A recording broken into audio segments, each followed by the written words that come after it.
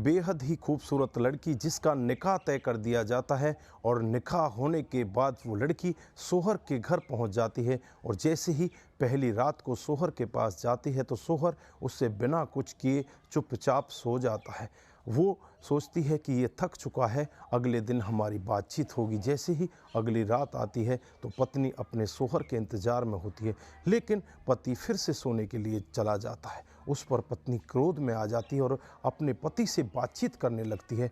और जब पति के बारे में खुलासा होता है तो एक बहुत ही चौंकाने वाला खुलासा होता है। पत्नी वहीं बैठकर रोने लगती है और जब पत्नी के घर वालों को भी इस सब के बारे में पता चलता है तो पत्नी के घर वाले भी बहुत ही ज़्यादा चिंतित हो जाते हैं, बहुत ही ज़्यादा परेशान हो जाते हैं। दोस्तों, अगर आप भी पूरा मामला जानेंगे तो आप भी एक बार के लिए परेशान हो सकते हैं। आइए दोस्तों, जानते हैं पूरा मामला क्या था। नमस्कार, जय हिंद। आप देख रहे हैं APH न्यूज़ राहुल रावत के साथ। तो दोस्तों, आज की जो मैं हकीकत की घटना आपको बताने जा रहा हूँ, ये हकीकत की घटना मध्य प्रदेश के एक शहर की है। शहर का नाम मैं आज आपको बताने वाला नहीं हूँ और जो लड़की का नाम बताया जाएगा वो भी काल्पनिक होगा। तो जो लड़की का बदला हुआ नाम होता है वो मुबीना होता है और लड़की के घर वाले लड़की की शादी के लिए तैयार हो जाते हैं कि अब लड़की के लिए कोई अच्छा सा वर देखा जाए और लड़की की शादी तय कर दी जाए। उस पड़ोस के ही गांव में वो एक लड़का देख लेते हैं और जिस लड़के का नाम होता है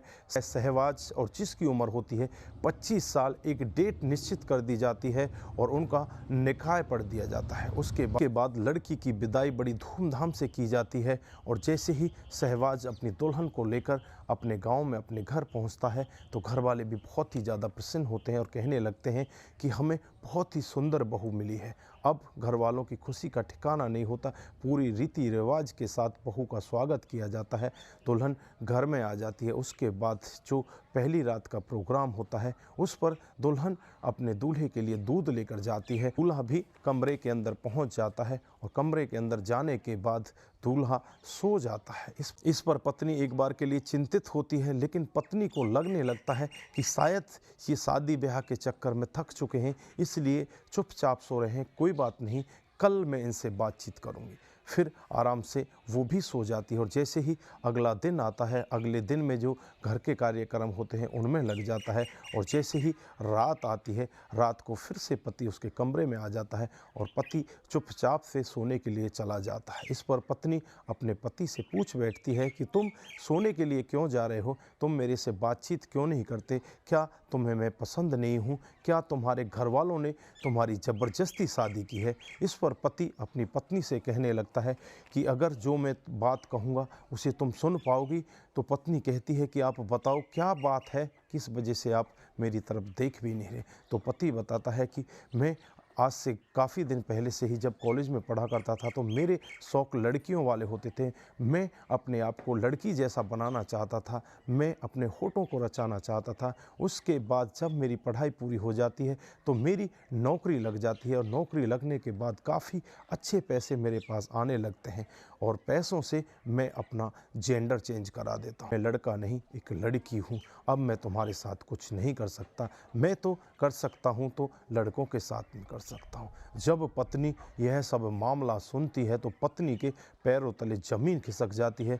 वो ज़ोर ज़ोर से चीखने लगती है, चिल्लाने लगती है, रोने लगती है और कहने लगती है कि तुमने मेरे जीवन को क्यों ख़राब किया था? अगर तुम इस तरह से अपना जेंडर चेंज करवा चुके थे तो तुम्हें पहले ही बता देना चाहिए था। मेरे पूरे जीवन को तुमने क्यों ख़राब कर दिया? उसके बाद जो लड़की होती है अपने माता पिता को फ़ोन कर देती है। माता पिता भी वहीं पर पहुंच जाते हैं और जो शहबाज होता है उसके माता पिता और लड़की के माता पिता दोनों आपस में बैठकर बातचीत करने लगते हैं। शहबाज को भी बुलाया जाता है। तो शहबाज से जब पूछा जाता है तो शहबाज यही कहता है कि मैं डर रहा था, मैं तुम्हें नहीं बताना चाहता। अब लड़का और लड़की दोनों के माता पिता बैठकर एकदम से सोच में पड़ जाते हैं और लड़की के तलाक की तैयारी करने लग जाते हैं। कुछ ही दिनों में लड़की का तलाक हो जाता है और तलाक के बाद अब वो लड़की दूसरी जगह शादी कर पाएगी।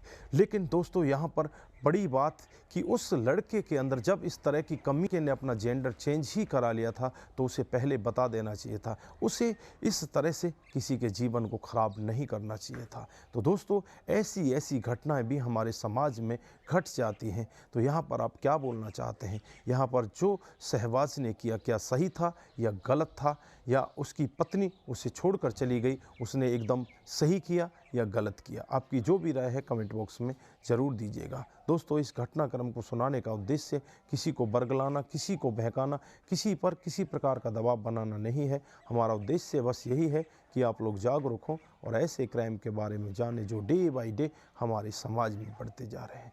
दोस्तों, आज के लिए बस इतना ही। फिर मिलते हैं किसी नए मोड के साथ। तब तक के लिए आप अपना ख्याल रखें, अपने परिवार का ख्याल रखें, सतर्क रहें, सावधान रहें और ऐसे क्राइम को अपने आसपास ना होने दें। नमस्कार।